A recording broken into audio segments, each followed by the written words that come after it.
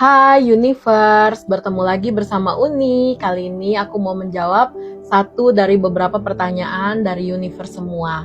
Banyak banget yang bertanya ke aku, entah di kolom komentar ataupun di DM, tentang nasib ya. Apakah nasib itu benar-benar bisa diubah? Yuk kita temukan jawabannya. Nah, yang pertama, kita harus pisahkan dulu konsep nasib dan juga takdir. Nasib dan takdir adalah sesuatu yang berbeda ya. Takdir itu sesuatu yang sudah tidak bisa kita ubah atau tidak bisa kita atur-atur. Contoh, pertemuan dengan seseorang di hidup kita, itu tidak bisa kita atur. Hari ini kita ketemu A, hari ini kita ketemu B, ada orangnya berkenalan dengan kita, itu adalah sesuatu yang tidak bisa kita ubah, itu udah takdir. Pertemuan kamu dengan teman kamu, dengan atasan kamu, dengan pasangan kamu, atau bahkan pertemuan kamu dengan ibu kamu, dengan ayah kamu, itu juga termasuk takdir. Yang kedua, kelahiran ya, dimana kita dilahirkan, dari siapa kita dilahirkan, dari lingkungan seperti apa, orang tua seperti apa, itu adalah takdir. Lalu yang ketiga, kematian ya, kepergian seseorang untuk selama-lamanya, yang tanpa kita bisa atur gitu, itu adalah takdir. Sama yang keempat, aku sangat percaya waktu itu juga takdir. Makanya sebenarnya beberapa kali dalam pembacaan readingan tarot atau intuisiku, aku tidak terlalu percaya dengan batasan waktu yang telah aku temukan dapatkan, karena balik lagi biasanya kalau aku sudah memprediksi waktu itu memang bisa terjadi sesuai, tapi kebanyakan memang meleset waktunya, entah lebih cepat atau lebih lama. Jadi waktu itu adalah kehendak Tuhan dan sesuatu yang susah untuk kita ubah ya, adalah takdir juga. Nah, tapi selebihnya mudah-mudahan masih bisa kita ubah. Nah, selebihnya yang bisa kita ubah itu namanya nasib. Contoh misalnya kehidupan kita gitu. Walaupun kita ditakdirkan dari keluarga yang misalnya susah, yang secara ekonomi kurang, tapi kita bisa ngubah nasib kita untuk menjadi salah satunya misalnya orang terkaya, ya kan banyak contohnya di Indonesia ya. Itu adalah nasib yang bisa kita ubah. Seperti rezeki, terus juga karir, pendidikan, itu semua bisa kita ubah. Nah, cara mengubahnya itu memang tidak semerta-merta hanya dengan harapan, pikiran, tapi juga dengan usaha, ya, perjuangan, dan hal-hal yang memang menyertainya. Kayak misalnya kalau kamu mau secara finansial lebih banyak daripada keluarga kamu atau orang tua kamu, mungkin kamu harus perjuangkan untuk sekolah, belajar, mungkin kayak kuliah gitu, mencari uang sendiri untuk kuliah sendiri, itu adalah salah satu usaha untuk mengubah nasib gitu. Dan benar banget nasib itu bisa diubah. Dan asal kamu tahu, cara kita untuk mengubah nasib itu juga atas dasar izin Tuhan dan semesta. Jadi nasib kita tuh nggak bisa berubah kalau Tuhan dan semesta juga tidak mengiringi langkah kita dan tidak memberikan kita kesempatan untuk mengubah nasib. Untuk mengubah nasib tentunya kita harus dapat restu dari Tuhan dan semesta. Gimana sih caranya mendapatkan restu dari Tuhan dan semesta? Yang pertama adalah melakukan amalan-amalan. Kita adalah umat beragama, mungkin bisa lakukan dengan hal-hal baik yang sudah agama kita minta. Beribadah, bersedekah, atau melakukan hal-hal positif kepada umat-umat yang ada di bumi ini. Lalu yang kedua, selain membuat amalan, yang kedua adalah punya hati yang tulus. Tujuan kita apa untuk mengubah nasib? Apakah mau menjatuhkan orang? Apakah mau menyaingi orang, atau kita mau menolong orang? Mungkin kalau nasib kita berubah, kita mau lebih banyak berbuat baik, atau kita mau menolong keluarga kita keluar dari kemiskinan, atau melakukan banyak cara untuk hal-hal baik di dunia. Misalnya kamu pengen jadi seseorang yang bisa membantu banyak orang di luar sana. Nah, itu adalah tujuan ya, niat awal. Jadi itu juga harus kamu punya agar kita mendapatkan restu dari semesta.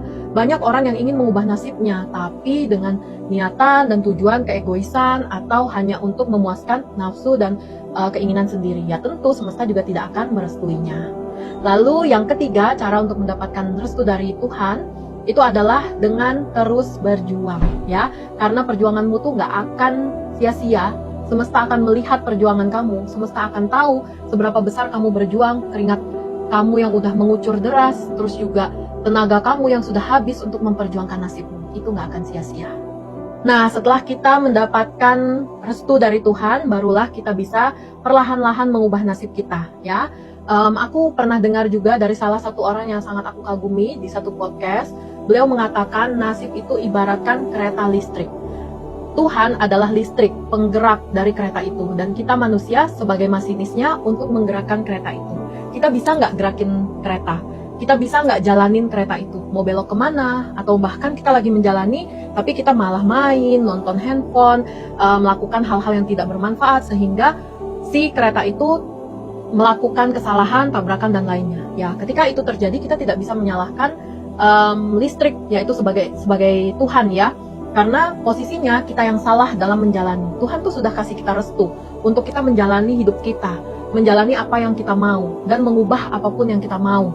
Tapi kalau kita berjalan tidak sesuai aturan, tidak sesuai jalan, maka siap-siap aja apa yang kamu harapkan untuk mengubah nasib ya tidak akan terjadi. Gitu ya. Ya, semoga penjelasan dari aku bisa membantu kamu, untuk kamu yang berharap bisa mengubah nasib, bisa banget. Ya, hal-hal yang bisa kamu lakukan untuk mengubah nasib selain mendapatkan restu tadi, yang pertama, tentu ya kita harus cari restunya dulu. Kita diizinkan nggak sama Tuhan untuk menjalankan si kereta ini, gitu. Lalu yang kedua, setelah kita dapat izin atau restu untuk menjalankan kereta itu, kita harus berani untuk maju, berani untuk jalan. Pandang ke depan, tujuan kita apa? Kita mau jalanin kereta ini kemana? Kita harus punya tujuan ya. Kalau kita nggak punya tujuan, kita nggak akan bisa ubah nasib kita. Lalu yang ketiga, setelah punya tujuan, adalah percaya bahwa kita bisa sampai ke tujuan kita. Kita percaya bahwa kita itu mampu menggerakkan kereta ini sampai ke tujuan kita. Lalu yang keempat, tentu punya angan-angan, harapan yang banyak orang bilang di luar sana, manifestasi ya. Kita harus manifest segala sesuatu yang kita mau. Ya, cara manifestnya banyak lah. Banyak orang yang juga udah ngajarin, ya, mulai dari scripting, visualisasi, boleh afirmasi juga. Kalau aku pribadi, selalu afirmasi yang positif terhadap diriku dan afirmasi untuk masa depanku. Itu adalah salah satu hal yang aku lakukan untuk mengubah nasib, ya. Lalu yang kelima, tentu berbuat baik, berterima kasih kepada semesta. Gimana caranya? Banyak banget. Kalau kamu mau berterima kasih kepada semesta, jangan lupa sedekah, sayangin umat-umatnya, sayangin orang-orang di sekitar kamu, lalu juga mungkin kamu buat plan hidup yang baru, misalnya apa yang mau kamu lakukan, apa yang mau kamu jalankan, bagaimana cara melakukannya, bagaimana upaya yang harus kamu lakukan, dan hal-hal positif lainnya yang harus kamu lakukan dan wujudkan seiring berjalan untuk mewujudkan perubahan nasib. Dan yang terakhir, yang keenam, konsisten. Konsisten itu perlu karena kadang kita belum nyampe ke tujuan udah capek, udah lelah. Ya, belum lagi sampai ke tujuan kayak ngerasa, aduh lama banget kok nggak dapet ya apa yang aku mau. Udahlah, nyerah aja, selesai aja. Ya, itulah yang membuat kita tidak bisa sampai ke tujuan kita. Tidak bisa sampai ke garis finish kita, gitu. Jadi tetap harus percaya, buang semua energi negatif, buang semua ketidakpercayaan diri, ya. Limiting belief kamu harus hapus, kamu harus buang. Kamu harus percaya bahwa kamu mampu. Konsisten sampai ke tujuan, jangan berhenti di tengah jalan. Ya, oke, semoga pembahasan yang aku sampaikan kali ini bisa bermanfaat untuk kamu semua.